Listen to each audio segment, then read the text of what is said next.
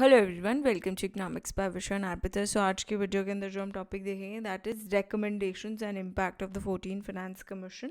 सो major recommendation जो 14 finance commission के अंदर थी वो यही थी कि एनहांस करना है जो भी शेयर है स्टेट्स का in the central divisible pool, मतलब जो इकट्ठा पूल बनता है टैक्स का उसको उसको मतलब जो स्टेट्स के पास पैसा जाता है उसको इन्हांस करना है from 32% to 42%, which is biggest ever increase जो कि वर्टिकल डेवल्यूशन में देखने को मिला था। That was in 14th finance commission. अब तो खैर 15th फाइनेंस कमीशन भी आ गया। So this is something history that we are seeing.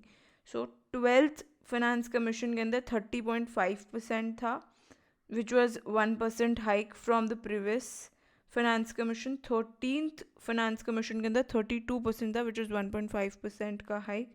14 finance commission के अंदर 42% का हाइक था, which is 10% hike. So it is a humongous increase that is seen in the vertical tax devolution. ठीक है.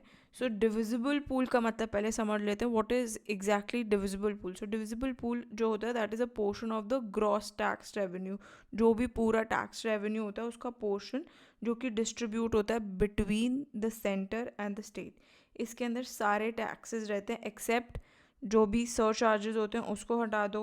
Cess जो कि लेवीड होता है for specific purpose, net of tax charges, ये सब हटा के जो भी टैक्सेस होते हैं that is the divisible pool. ठीक है. सो 14 फाइनेंस कमीशन में इनफैक्ट प्रपोज भी किया गया था जो न्यू हॉरिजॉन्टल फॉर्मूला है for distribution of state share, that is the divisible pool among the states. मतलब आपको हॉरिजॉन्टल फॉर्मूला मतलब यहाँ पे जो पैसा आया and that is distributed among states, not from centre to state but among the states, that is horizontal formulation. ठीक है. सो इसके अंदर डिस्ट्रीब्यूशन ऑफ स्टेट्स है and that is divisible pool में से जब पैसा डिस्ट्रीब्यूट हो रहा है among the state, that was proposed and that was in the 14 finance commission only. Revenue का जो डेफिसिट होगा टू बी प्रोग्रेसिवली रिड्यूस होगा एंड एलिमिनेट करना है उसे. ठीक है. That was the aim. Physical deficit को रिड्यूस करना है 3% तक to 3% of the GDP. In fact this is also the goal since 2003 का जो FRBM एक्ट आया था तब से this has been the goal कि हमें अपना फिजिकल डेफिसिट शुड बी 3% और लेस देन 3%. ठीक है. So physical deficit of 3% in 3 years rather than 2 years जो कि पहले बोला गया था, that was a main propaganda that was proposed in the 14th Finance Commission. और जो next 3 years का target था that was 3.9%, 15-16 के अंदर 3.5%, 16-17 के अंदर 3%, 17-18 के अंदर. ठीक है. so जो मीडियम टर्म फिजिकल प्लान था दैट वाज बेसिकली कि रिफॉर्म होना चाहिए. जो भी मीडियम टर्म का फिजिकल प्लान है that should be reformed and made the statement of commitment rather than statement of intent कि हमें करना है. इंटेंट नहीं है but that has to be achieved. ठीक है. सो दैट वाज उसको रिफॉर्म किया गया था and that was made a statement of commitment rather than made that was made a statement of intent. ठीक है. सो FRBM एक्ट जो था that also need to be amended. उसके अंदर अमेंडमेंट्स करी गई कि जो डेट सीलिंग है और फिजिकल रिस्पॉन्सिबिलिटी लेजिस्लेचर्स हैं that was also amended. So both जिसके अंदर सेंटर और स्टेट शुड कंक्लूड ग्रांट का जो मार्जिन है कि वो इम्प्लीमेंट कर सकें goal of the GST which is goods and services का एक्ट. इनफैक्ट इनिशिएटिव्स भी लिए गए थे कि रिड्यूस कर सके जो भी नंबर है सेंट्रली स्पॉन्सर्ड स्कीम्स का एंड टू रिस्टोर कर सके जो प्रीडोमिनेंस है of the formula based plan grants उसे ज़्यादा रिस्टोर करने के बारे में इसके अंदर इनिशिएटिव्स लिए गए थे. एंड स्टेट्स का इसके अंदर था कि उनको ज़रूरत है कि वो एड्रेस कर सकें जो भी प्रॉब्लम है जिसकी वजह से लॉसेस हो रहे हैं पावर सेक्टर के अंदर इन टाइम बाउंड मैनर के अंदर, उसको एड्रेस करने के लिए भी दिस वाज रेकमेंडेड. ठीक है. 14 फाइनेंस कमीशन के अंदर in fact there were also recommendation that were specifically to the sector specific grants.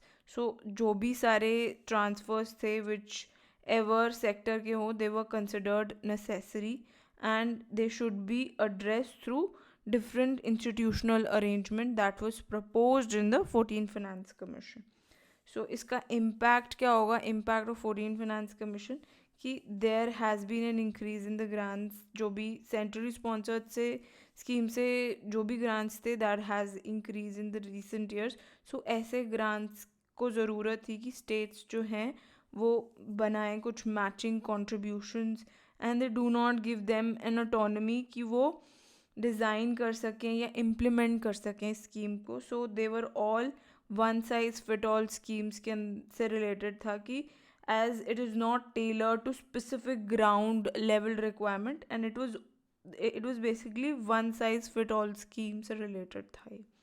ठीक है. सो 14 फिनेंस कमीशन जो है वो स्ट्रांगली रेकमेंड करती है कि जो सेंटर है वो रिड्यूस कर देगी जो भी number of centrally sponsored schemes है उसको रिड्यूस कर देगी और इंस्टेड वो मूव करेगी अपने resources directly to the states कि वो डिज़ाइन कर सके, इम्प्लीमेंट कर सके और मॉनिटर कर सके and use of funds at the state and the local level.